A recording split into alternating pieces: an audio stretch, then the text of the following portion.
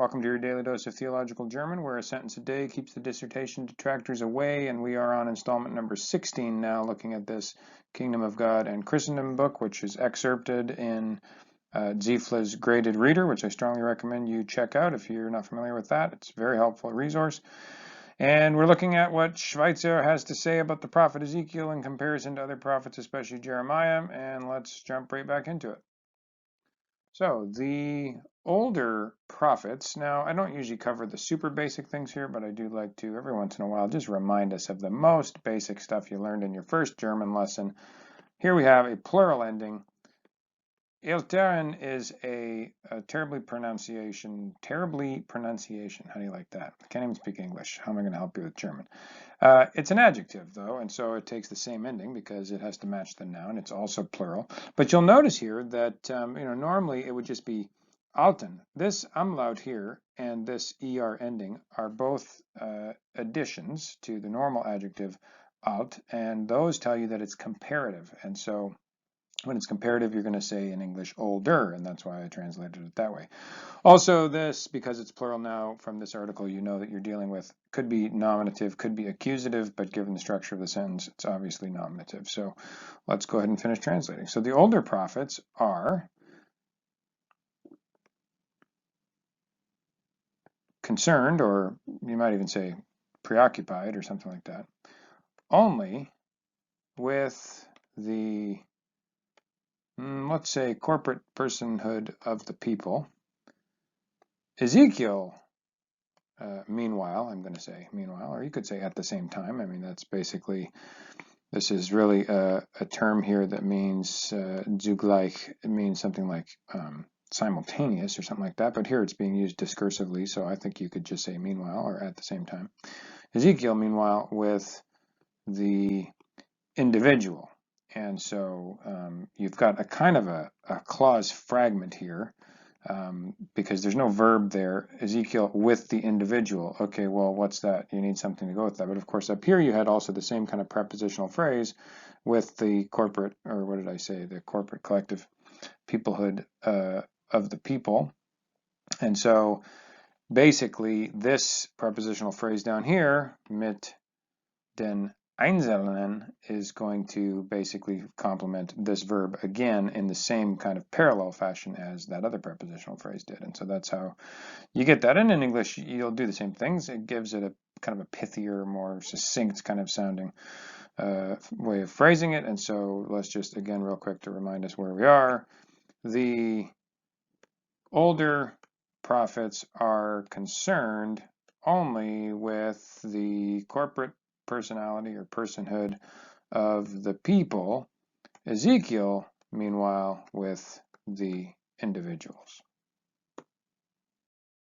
I should point out here that this is also plural, and so it's individuals, which I think I said there at the end, but maybe I didn't say that quite right the first time through that sentence. But anyway, there's really not a lot that's too complicated here. Of course, you do have a fake passive, so you might want to just remind yourself about that. That's where you use this sein verb instead of the wird verb, and it works always with a kind of participial adjective, and so you want to just kind of take note of that. But in English, it's going to come out just, sort of as an equative clause or almost like sounding like a passive. The older prophets are concerned or preoccupied, something like that. The only other thing I want to talk about in this sentence, though, is this compound word here, Gesamtpersönlichkeit. My German, oh, they all hate me. What can you do? Anyways, this word here, it's a compound word. It breaks at this point, and Persönlichkeit, oh wow, I wrote that in an interesting fashion, didn't I? Usually means something like personality.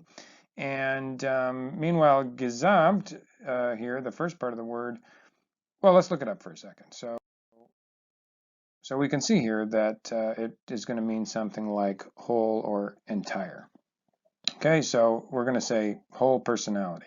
But when you put that in the sentence, and the reason I'm doing this little pedantic kind of dictionary exercise is to show you the importance of context, because whole and entire in the end aren't really going to be the right translations, and yet that's all the dictionary offers, and so you've really got to think about context and come up with a better word yourself. Okay, and so basically what you have to think about is, what's the context of the sentence? We've been talking about some things, let's just say for now, the entire personality of the people, okay? But then that's being contrasted with, down here, the individuals, okay? And so if you're talking about a contrast between the people and as kind of a whole and the individuals, then you're really going to have to do some nuancing with that Persönlichkeit. Persönlichkeit. Did I get the vowel right that time? I don't know. Anyway, you're going to have to do some nuancing because it's not totally personality. It's more like personhood, or even you could say identity almost, because that's sort of, personality is semantically related to that idea, and that seems to be what's in view, and it's talking about the whole people as opposed to the individuals that make up the people. And so gesamt, you're going to probably not want to say whole or entire. In fact, just to go back to it here, you'll notice that in all of these examples, okay, so you have die gesamte Familie, which is all the family, the whole or entire family, all the teachers, the total costs, okay? And so gesamt isn't just a word that means like the whole pie. It's usually whole with respect to some other kind of plurality of things. And so you might actually see from all of those examples, and then certainly in the present context, that a word like collective or corporate is probably an appropriate way to capture what they mean by whole or entire. And so in the end, that's why I said corporate. And I think I said personhood, but I think I would probably even nuance that now as I'm talking through this to say just identity. The corporate identity of the people is what the older prophets are concerned with. Ezekiel, meanwhile, is concerned with the individuals that make up the people. As always, thank you for watching. I hope you found that helpful and interesting, and I hope you're enjoying Schweitzer, because we've got a few more sentences of his to go.